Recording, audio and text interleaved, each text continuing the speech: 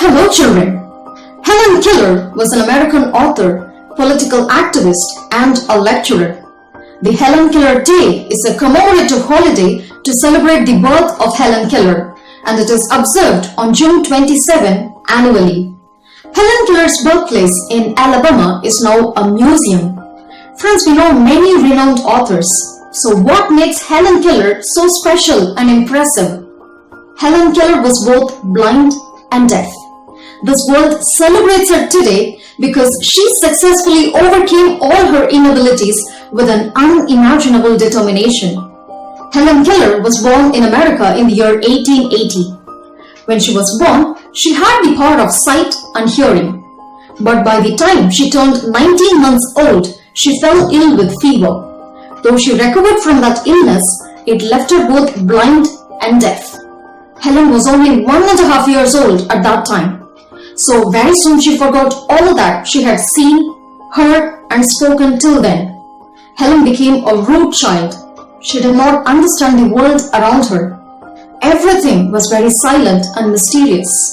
She would often kick others, break things and cry in frustration. By the time she turned 7, she was able to make 60 different signs to communicate with her family members. She was even able to identify people by the vibration of their footsteps. Helen's family then sought the help of the famous Alexander Graham Bell. I believe you know what Graham Bell is famous for. Graham Bell is well known for inventing the world's first practical telephone. Graham Bell introduced Helen's family to a 20-year-old instructor named Anne Sullivan. Anne was herself visually challenged. Anne stayed with Helen in her home and she became her instructor. Anne taught Helen finger spelling, in which letters and numbers are represented using symbols. For example, I can spell my name using finger spelling this way: V-I-D-H-Y-A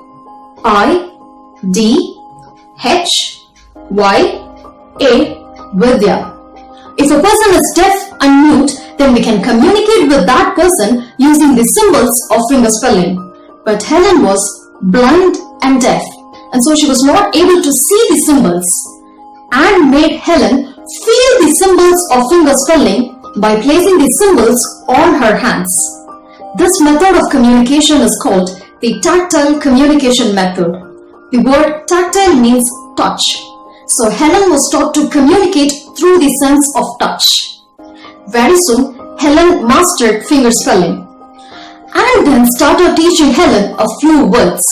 The first word that Anne taught Helen was doll. She gave Helen a doll. She made her feel that doll using one of her hands. She then spelled the word doll on her other hand. Initially, Helen did not understand that every object has a unique name to identify it. She felt very annoyed. Anne then gave her a mug. She made her feel that mug using one of her hands, and she spelled the word mug on her other hand. This time, Helen became so frustrated that she threw away that mug and broke that into pieces. The next day, Anne spelled the word water on one of Helen's hands and she poured water on her other hand. For the first time, Helen understood what people had been trying to teach her for a very long time. She realized that water was the name of that cool something that is being poured on her other hand. Helen then touched the ground and demanded its name. By that night, Helen learned over 30 new words. By the end of that week, Helen almost exhausted Anne by demanding the names of all the other familiar objects of her world. Very soon, Helen attended the school for the deaf and the blind. By the time she turned 24, she became the first deaf-blind person in the world to earn a Bachelor of Arts degree. She then became a world-famous speaker and author. Anne was Helen's companion for over 50 years. Anne died by holding on to the hands of Helen. Today, both their ashes lie interred side by side. This world is not just full of sufferings, it is full also of the overcoming of it. A disability becomes a tragedy only when the society refuses to accept the physically and the mentally challenged people into it. When we start lending our hands like Anne to the Helens of our society, Wouldn't this world become a better place to live in? The video recommendation for this week is an award-winning animated short film called Ian.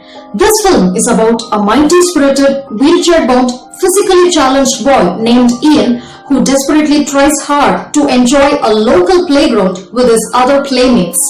The children in the playground don't understand Ian's inabilities. Some of them laugh at him and the others are too busy to stop and play with him. Whenever Ian gets rejected by his friends, a heavy wind blows and he gets pulled back through a fence and he breaks into pieces. Children, this film has been created based on a true story. The real Ian is a 4th grader and he has cerebral palsy.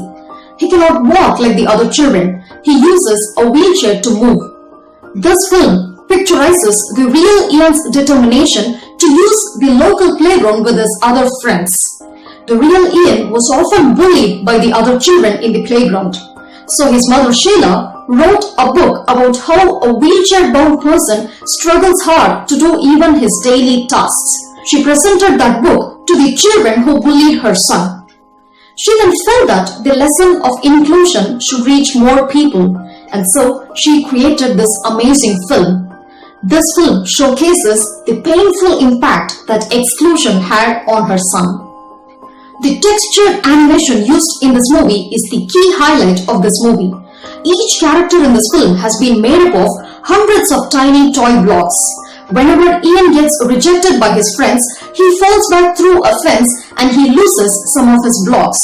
That scene symbolizes that whenever he gets rejected by his friends, he loses a part of himself. How else can we represent a person's diminishing confidence better than this?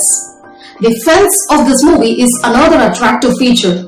That fence symbolizes the hesitance that people have in accepting the physically challenged people.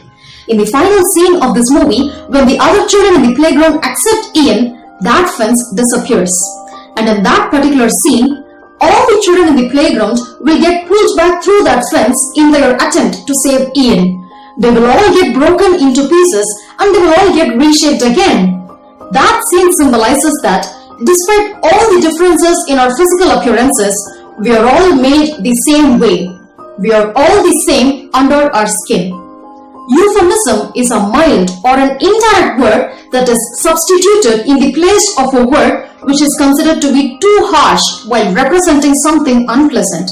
For example, a senior citizen is a euphemism for an old person. Nobody likes being called old, so the usage of the word senior in the place of the word old will make your sentence sound polite. Now, how can we describe a fat person without hurting him? A fat person can be called as a horizontally challenged person, and a short person can be called as a vertically challenged person. Try practicing usages like a disabled person, a person with a visual impairment, and a person with a hearing impairment in the places of words like handicapped, blind, and deaf. So children, learn to euphemize your sentences. See what you can do to better the lives of the Helens and Ians of your lives. Kindly watch the film Ian and send us your summary for this film. I thank you.